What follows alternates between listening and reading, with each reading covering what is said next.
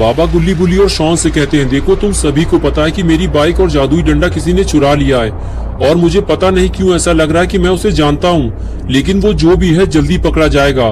मुझे तो डर इस बात का है कि कहीं वो जादुई डंडे के राज ना जानता हो, वरना तबाही मचेगी और ऐसी तबाही की तुम लोग सोच भी नहीं सकते। तभी शॉन ने कहा, बाबा अगर आपको पता चल गया कि आपकी बाइक और डंडा किसने चुराया है तो आप उसे माफ कर देंगे क्या? बाबा ने कहा, नहीं, उसे चोरी करने की सजा मिलेगी। गरम तेल में उसे तला जाएगा, वो भी बेसन लगाकर, और फिर कुत्तों को खिला दिया जाएगा। बाबा की ये बात सुनकर शॉन डर गया। अब उसे समझ में नहीं आ रहा कि क्या किया जाए। अगर बाबा को पता चल गया कि बाबा का जादुई डंडा और बाइक उसी ने चुराई है तो बाबा उसे गरम तेल में तलेंगे, वो भी बेसन लगाकर, और अगर बाबा ने उसमें लाल मिर्च और नींबू भी डाल दिया तो क्या होगा? ये सोचकर ही शॉन का दिल घबराने लगा। शॉन बोला, बाबा मेरी तबीयत ठीक नहीं है, मुझे घर जाना है। चलो गुल्ली गुल्ली घर चलते हैं, हम लोग कल आएंगे बाबा के पास। ये बात सुनते ही बाबा ने कहा, एक बात तो मैं तुम लोगों को बताना ही भूल गया।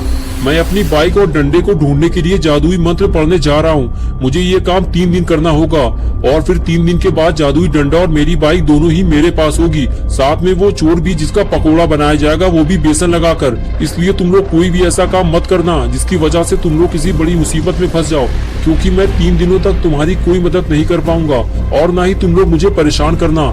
अब तुम लोग घर जाओ गुल्ली बुल्ली और मुझे अपना काम शुरू करने दो। बाबा की बात सुनकर गुल्ली बुल्ली और शॉन वहाँ से जाने लगे। थोड़ा आगे आने के बाद शॉन ने कहा, अब क्या होगा गुल्ली गुल्ली? बाबा को मेरे बारे में सब पता चल जाएगा और फिर बाबा मेरा क्या हाल करेंगे? मैंने कोई चोरी नहीं की है गुल्ली, मैं तो सिर्फ तुम लोगों की जान बचाना चाहता था, इसीलिए मैंने बाबा का जादुई डंडा उठाया था। लेकिन जब मैं उसे वापस रखने के लिए आ रहा था तो किसी ने मेरे ऊपर पीछे से वार किया और मैं बाइक से नीचे गिरकर बेहोश हो गया। फिर मुझे नहीं पता कि आगे क्या हुआ, लेकिन फिर भी सारा इल्जाम तो मुझ पर ही आएगा, सजा भी बस मुझे ही मिलेगी। बुल्ली ने कहा, डरो मत शॉन, हम लोग हैं ना तुम्हारे साथ, तुम्हें कुछ नहीं होगा। हम बाबा को कुछ नहीं बताएंगे। हमें जल्दी बाइक और डंडे को ढूंढना होगा, एक बार दोनों चीज मिल जाएंगी तो सब कुछ ठीक हो जाएगा। गुल्ली बोला, हाँ शॉन, बुल्ली सही कह रहा है, हमारे पास अभी 3 दिन का टाइम है। हमें 3 दिन से पहले दोनों चीजें ढूंढ निकालनी है और बाबा को लाकर देनी है। इससे बाबा भी खुश हो जाएंगे और उन्हें कुछ पता नहीं चलेगा। शॉन ने कहा, लेकिन गुल्ली ये सब होगा कैसे? ये इतना भी आसान नहीं होने वाला जितना कि तुम समझ रहे हो। बुल्ली ने कहा, हाँ शॉन, ये आसान नहीं होगा, लेकिन हमें पता लगाना ही होगा कि बाबा का जादुई डंडा किसके पास है, क्योंकि हम सब इसमें फंसे हुए हैं। हम सच जानते हैं लेकिन फिर भी बाबा से छुपा रहे हैं। चलो अब जल्दी गाड़ी में बैठो, घर चलकर हम सबको मिलकर प्लान तैयार करना होगा। और फिर तीनों गाड़ी में बैठकर घर की तरफ जाने लगे। शॉन की उल्टी गिनती अब शुरू हो चुकी है क्योंकि बाबा ने जादुई मंत्र पढ़ना शुरू कर दिया है। अगर गुल्ली बुल्ली और शॉन सही वक्त पर जादुई डंडा और बाइक नहीं ढूंढ पाए तो शॉन पकड़ा जाएगा और साथ में गुल्ली बुल्ली भी। लेकिन गुल्ली ने अचानक गाड़ी क्यों रोक दी? ये तो रॉड है, लेकिन ये यहाँ क्या कर रहा है, वो भी पलटे हुए ट्रक के पास। गुल्ली बुल्ली और शॉन तीनों रॉड के पास जाने लगते हैं। तभी गुल्ली कहता है कि तुम लोग यहीं रुको, मैं इसका तबला बजाऊंगा। और फिर गुल्ली आगे बढ़कर रॉड के टकली मार देता है। ये देखकर गुल्ली और शॉन को भी मजा आ जाता है। कुछ देर के लिए तो सारा माहौल ही बदल जाता है। गुल्ली बुल्ली और शॉन अपना सारा दुख दर्द भूल जाते हैं। तभी रॉड कहता है कि तुम लोग आज बहुत खुश लग रहे हो, लगता है किसी पार्टी से आ रहे हो। बुल्ली कहता है, नहीं रॉड, ऐसा नहीं है, हम लोग एक बड़ी मुसीबत में फंसे हुए हैं। बाबा लंगोटी लाल की बाइक और डंडा चोरी हो गया है। शॉन उसे चुपके से उठा लाया था हमें बचाने के लिए, वो भी बिना बाबा से पूछे। लेकिन जब ये उसे वापस रखने जा रहा था तभी किसी ने रास्ते में इसे डंडा मारकर बेहोश कर दिया। फिर बाइक और डंडा छीन लिया गया।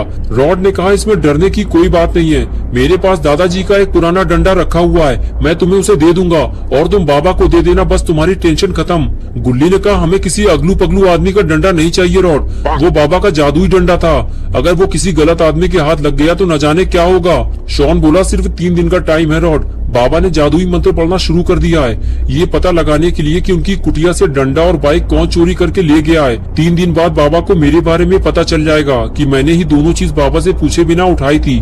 रॉड ने कहा, तुम लोग बाबा से सच क्यों नहीं बता देते हो? मुझे लगता है बाबा तुम लोगों को माफ कर देंगे।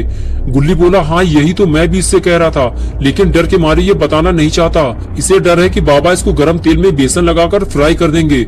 रॉड बोला, हो भी सकता है यार, बाबा का कोई भरोसा नहीं, जरा जरा सी बात पे मारने लगते हैं, मुझे तो बहुत डर लगता है बाबा से।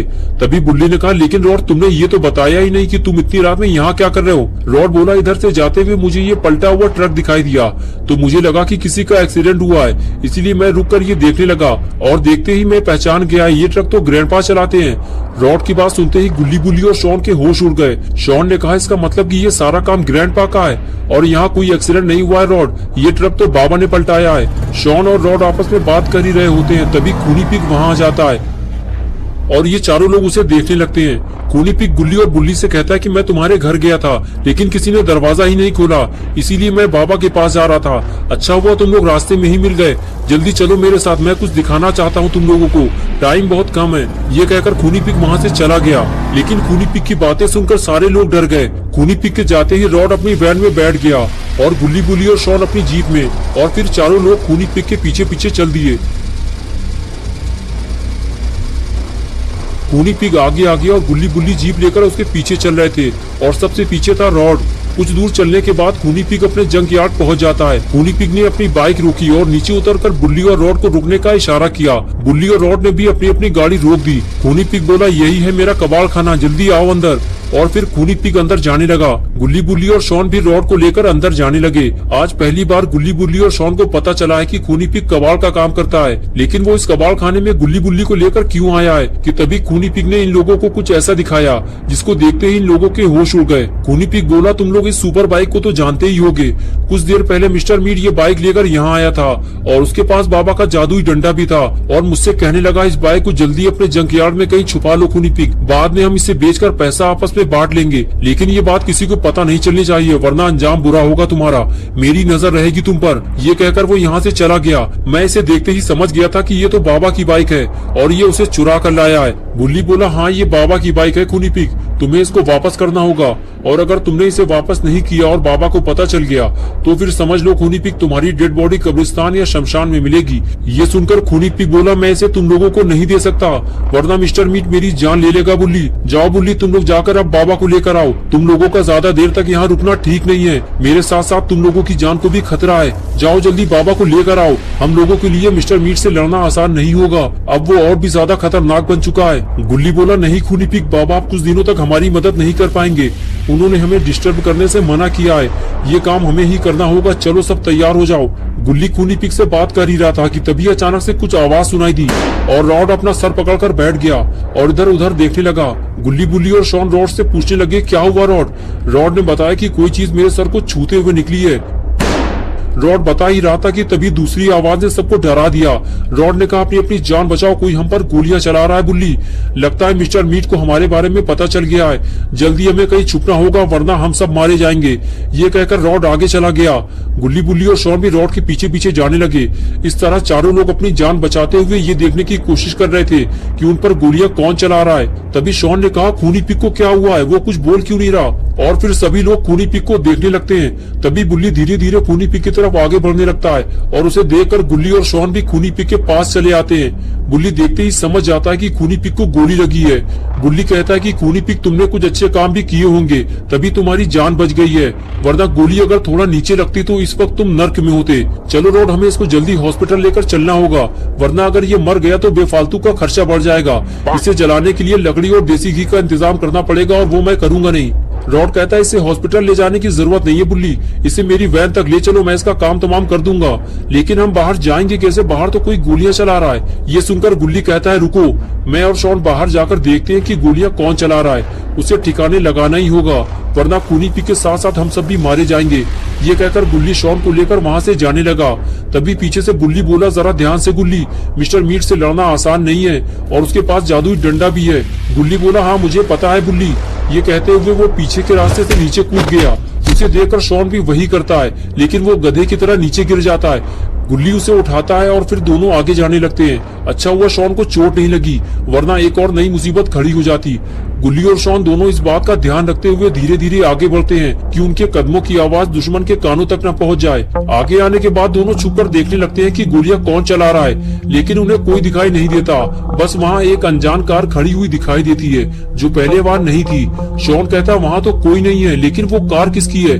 गुल्ली कहता है, लगता है शूटर उसी गाड़ी से आए थे शॉन, वो खूनी पिग को निपटा कर भाग गए। चलो आगे चलकर देखते हैं। और फिर दोनों डरते हुए धीरे धीरे आगे बढ़ते हैं, लेकिन गोलियां चलना बंद हो चुकी हैं। गुल्ली को यकीन हो जाता है कि वो जो भी था शायद वो चला गया है या उसकी गोलियां खत्म हो चुकी हैं, वरना अब तक वो इन दोनों पर फायर कर चुका होता। शॉन कहता है, चलो गुल्ली, हमें वो कार देखनी चाहिए, तभी हमें पता चलेगा कि गोलियां चलाने वाला कौन था। गुल्ली कहता है, नहीं शॉन, अब हमें वापस चलना होगा, हमारे पास टाइम ज्यादा नहीं है। खूनी पिग का इलाज अगर सही वक्त पर नहीं हुआ तो वो मर जाएगा, चलो जल्दी निकलो यहाँ से। ये कहते हुए गुल्ली अंदर जाने लगता है, लेकिन शॉन उसके पीछे नहीं जाता। उसे तो बस उस कार की पड़ी है, वो देखना चाहता है कि वो गाड़ी है किसकी, इसलिए वो अकेले ही उस कार की तरफ आगे बढ़ने लगता है। तो दोस्तों, क्या होगा अब गुल्ली बुल्ली और शॉन का? क्या शॉन कार देखकर शूटर को पहचान जाएगा या फिर शॉन कोई बड़ी मुसीबत में फंस जाएगा? ये सब हम देखेंगे पार्ट 2 में। दोस्तों, पार्ट 2 देखने के लिए वीडियो को लाइक करें, चैनल को सब्सक्राइब करना और बेल आइकन प्रेस करके ऑल नोटिफिकेशन ऑन करना ना भूलें।